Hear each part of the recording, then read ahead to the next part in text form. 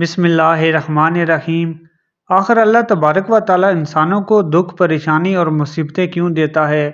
جو مسلمان بہن بھائی پریشان ہیں وہ ایک دفعہ اس واقعہ کو ضرور سنیں اور اس بات کو جان لیں کہ اللہ تعالیٰ کیا چاہتا ہے۔ سیدنا ابو سعید خدری بیان کرتے ہیں کہ رسول اللہ صلی اللہ علیہ وسلم ایک دفعہ مسجد میں تشریف لائے تو کیا دیکھتے ہیں کہ ایک انصاری آدمی ہے جس کا نام ابو امامہ ہے۔ آپ صلی اللہ علیہ وسلم نے فرمایا، اے ابو امامہ، کیا بات ہے کہ میں تمہیں مسجد میں دیکھ رہا ہوں اور نماز کا وقت بھی نہیں ہے؟ انہوں نے عرض کی، اے اللہ کے رسول، مجھے غموں اور قرضوں نے گھیر رکھا ہے۔ تو آپ نے فرمایا، کیا میں تمہیں ایسی کلمات نہ سکھا دوں کہ جنہیں تم پڑھو تو اللہ تمہارے غم دور کر دے اور تمہارے قرضے ادا کر دے؟ حضرت ابو امامہ کہتے ہیں کہ میں نے کہا، کیوں نہیں اے اللہ کے رسول؟ تو آپ صلی اللہ علیہ وسلم نے فرمایا، صبح و شام یہ کلمات پڑھا کرو: اللہم انی اعوذ بک من الہم والحزن واعوذ بک من العجز والکسال واعوذ بک من الجبن والبخل واعوذ بک من غلبات الدین وقہر الرجال۔ ترجمہ: اے اللہ، میں تیری پناہ چاہتا ہوں پریشانی اور غم سے، عاجز رہ جانے سے اور سستی سے، اور تیری پناہ چاہتا ہوں بزدلی اور بخیلی سے، اور تیری پناہ چاہتا ہوں قرضے اور ظالموں کے غلبے سے۔ سیدنا ابو امامہ بیان کرتے ہیں کہ میں نے یہ دعا کی تو اللہ تعالیٰ نے میری پریشانیاں دور کر دیں اور میں قرضے بھی ادا کرنے کے قابل ہو گیا۔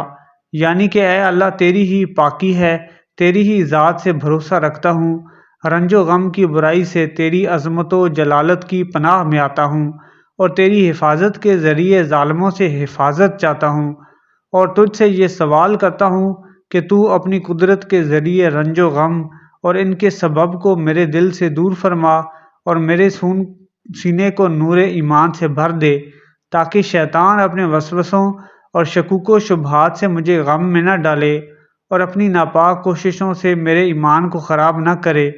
اور اے اللہ، اس کے علاوہ ہر وہ چیز مانگتا ہوں جو تیرے فیصلے اور تقدیر سے راضی رہنے میں میری مدد کرے۔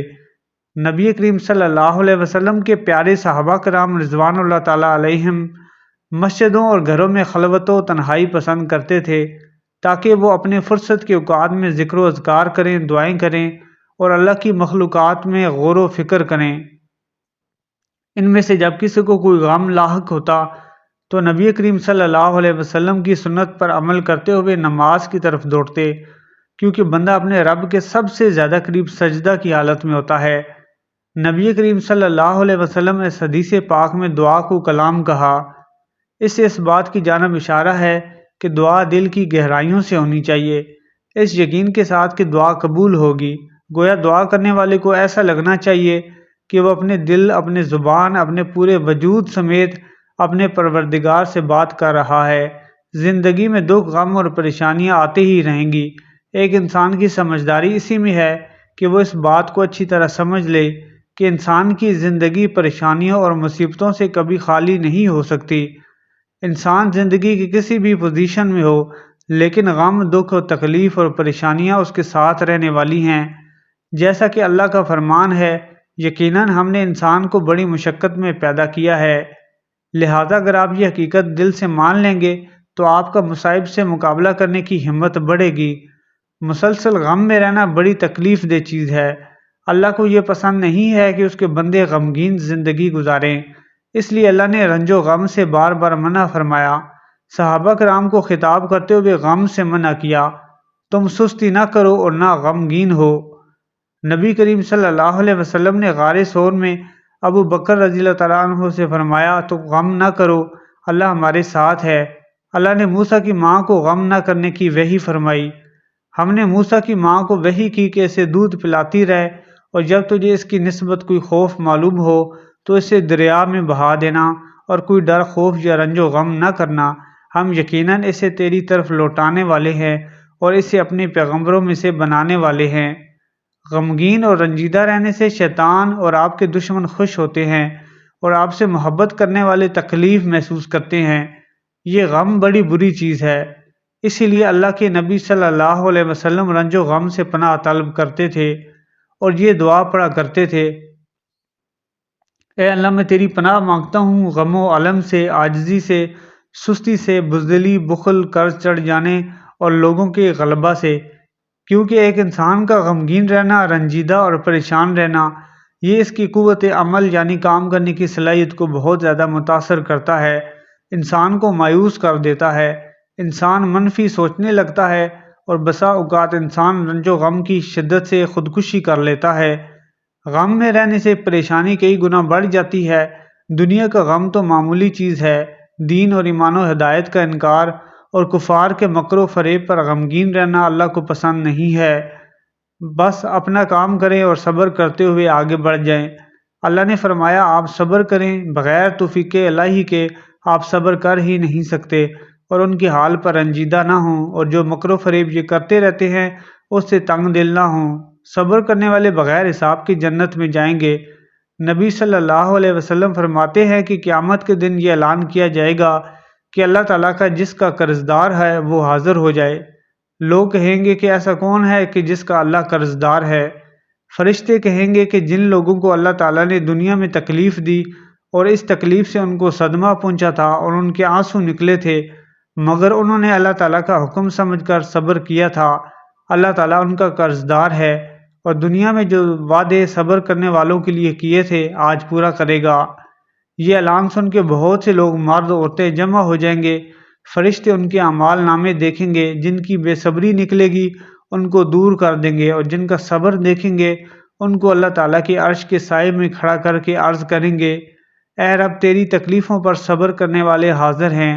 حکم ہوگا کہ ان سب کو طوبہ کے درخت کے سائے میں کھڑا کرو کہ ہم پہلے اپنے نور کی روشنی سے ان غم کے ماروں کے دلوں کو ٹھنڈا کریں گے، پس ان کے دلوں کو ٹھنڈک پہنچائی جائے گی۔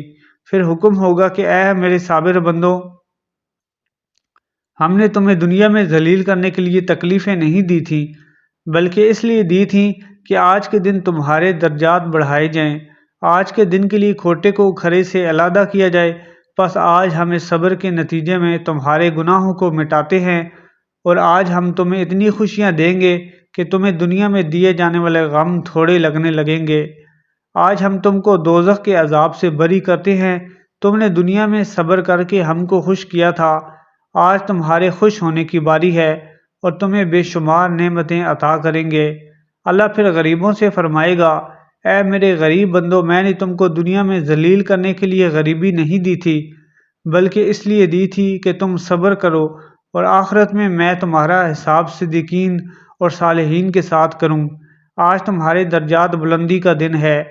دنیا میں دی جانے والی غربت کے بدلے میں آج تمہیں محل عطا کیے جائیں گے، جن میں انواع و اقسام کے کھانے ہوں گے، اور تمہاری یہ عزت اور شان ہے کہ ہم نے تم کو بخش دیا، اور جن لوگوں نے دنیا میں تمہاری مدد اور خدمت کی تھی تم ان کو بھی بخشوا سکتے ہو۔